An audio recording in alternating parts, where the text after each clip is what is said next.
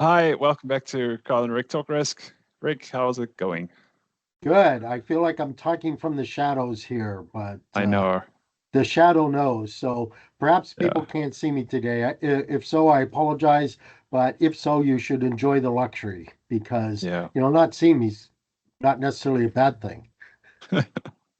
We have our excuses too, Rick. It's 38 degrees Celsius here, so I'm not opening these blackout curtains for anything.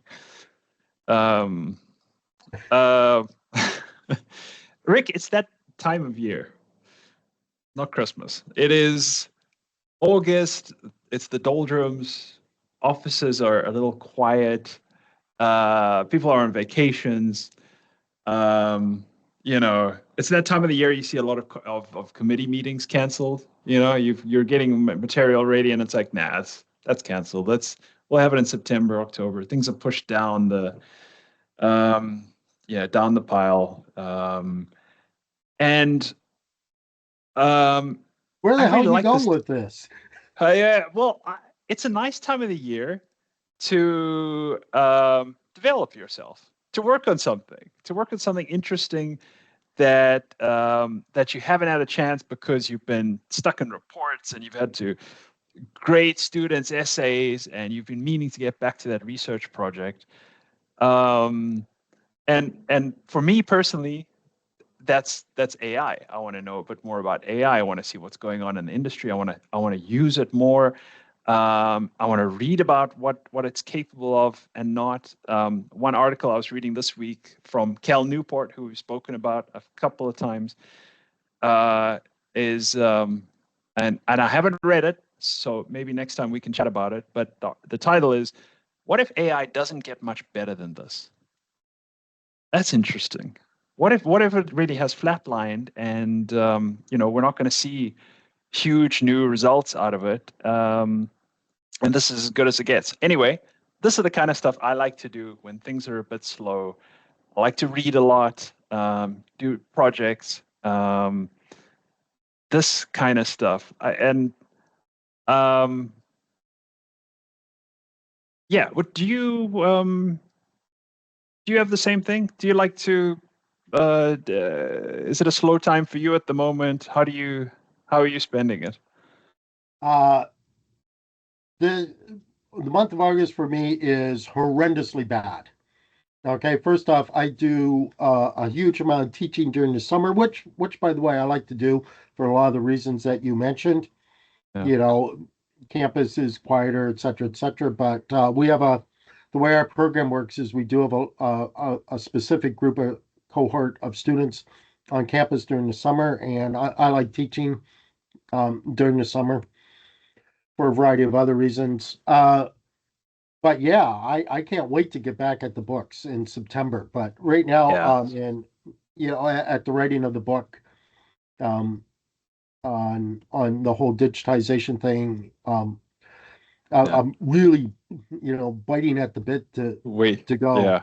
Yeah. I It's feel the like I have to be restrained, and every exam I mark, I'm in the middle of exam marking hell. There's the only way yeah. to explain it, but every exam I mark, I say I'm one exam closer to getting back to my rating. I'm one exam closer to getting back to my rating. I'm one exam closer to get back to my rating. Okay. But So okay, we're on opposite ends of the spectrum there because things are a bit slow here. But um, yeah, one thing I've been thinking recently when I've we've spoken about intelligent risk before, and we obviously get a lot of submissions. And it's quite a range. And obviously, a lot of authors are using AI at the moment. Some well and some not so well. Maybe we can talk about the differences there.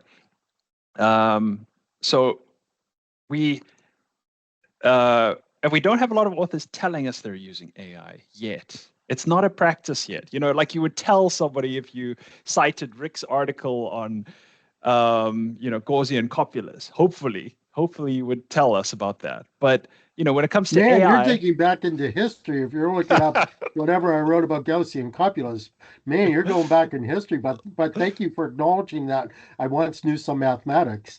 well, give credit where credit is due, right? But with AI, the practice is not there yet to say, hey, here's my article. I think it's great. Tell me what you think. And by the way, I used AI to do some research to clean up my writing afterwards. You don't get that yet. That's a pity. I think we need to get there.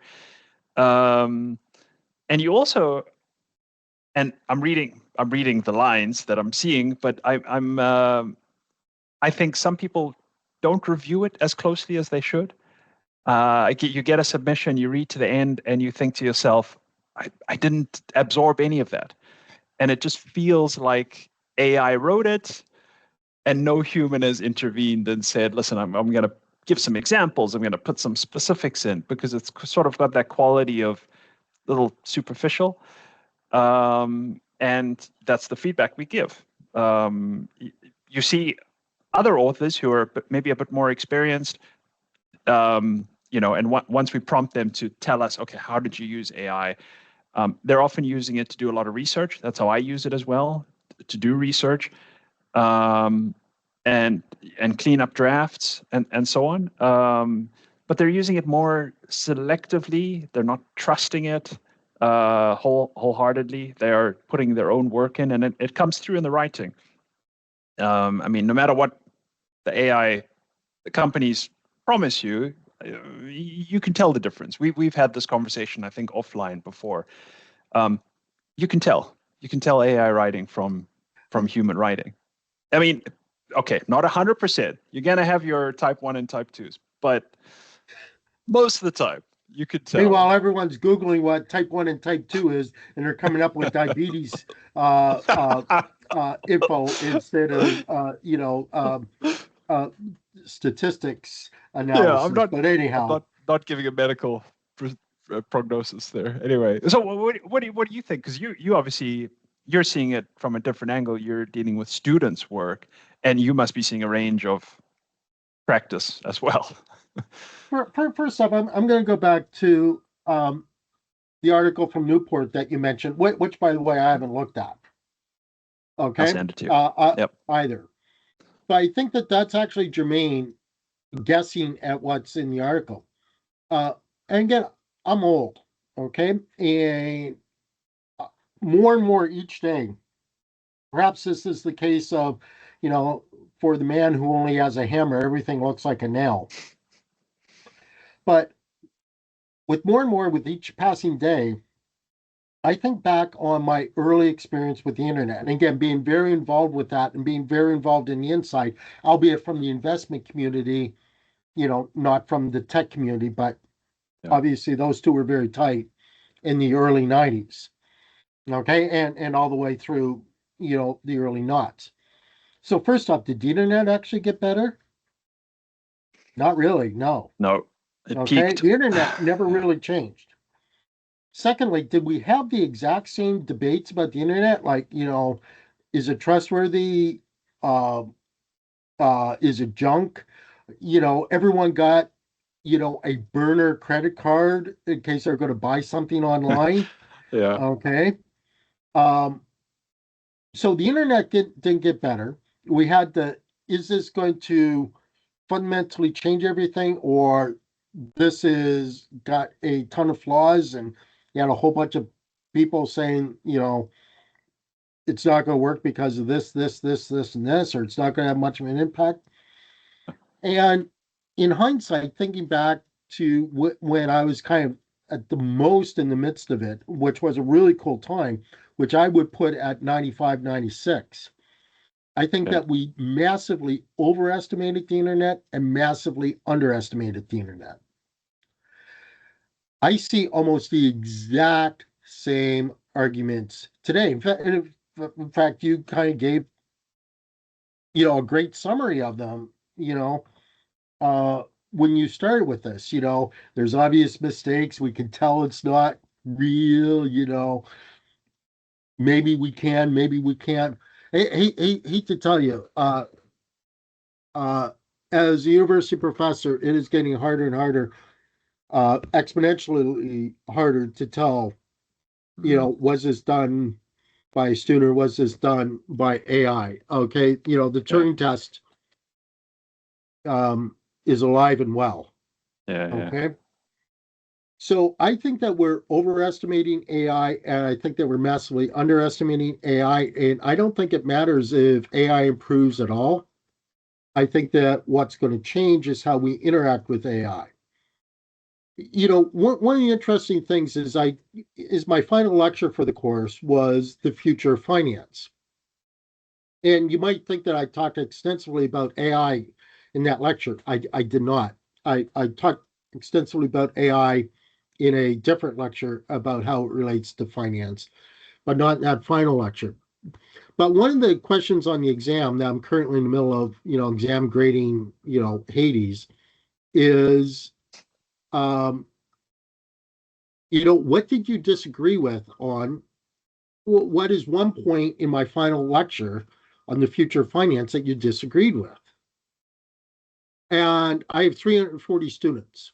Probably easily 275 of them wrote about things I supposedly said about AI. Okay. And by the way, what little I did say about AI, I strongly, strongly, strongly stressed the importance of the human.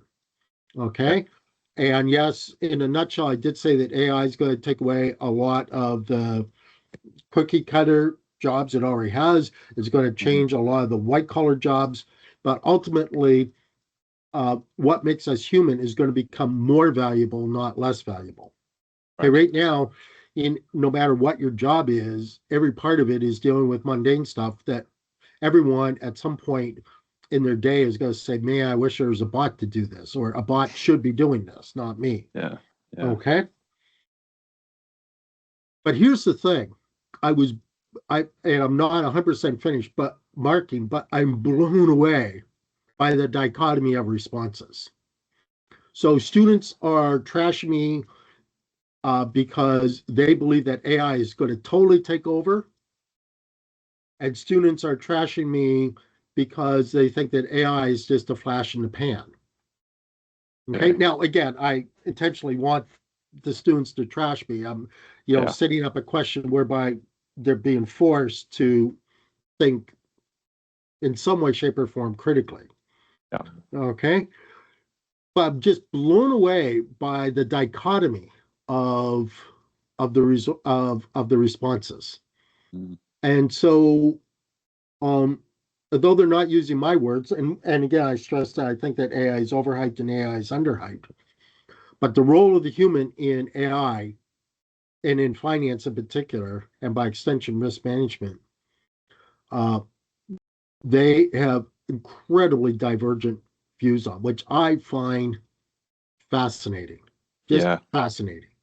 Yeah. That's a good response rate. So I mean, it sounds like what you're saying is fine. The tool might have matured, just like the internet at some point was, very widespread and powerful as it'll get. But humans still have to figure out how to use it. We still have to figure out where it's useful, where it's not. But here's the point: is one, the internet. We don't think of using the internet. So when we pull out our phone, we don't think of the internet. Yeah. But our phones would still be flip phones if it wasn't for the internet. Yeah. Secondly, some of us use the internet extremely intelligently, and too many of us are still watching cat videos. Only now they're AI generated cat videos. Okay. So we're using it incredibly intelligently. We're using it very stupidly, but the reality is it's the fabric of our life now to such an extent that we don't think of the internet. Saying that you're going on the internet is kind of like saying that you're going to use a rotary dial phone. By the way, most of our audience will have to Google what that is, or ChatGPT it. You'll get better pictures. Yeah, exactly. Yeah, so it's going to blend into the background. It's going to be in the pipes. I think it for university students right now it already is. Yeah, and exactly as they get into the workforce, it will spread. Yeah. Okay, well, Rick, I've got to get back to my cat videos. So, I've got a solitaire game open. all right. Well, good chatting, and we'll see everybody next time. Take care.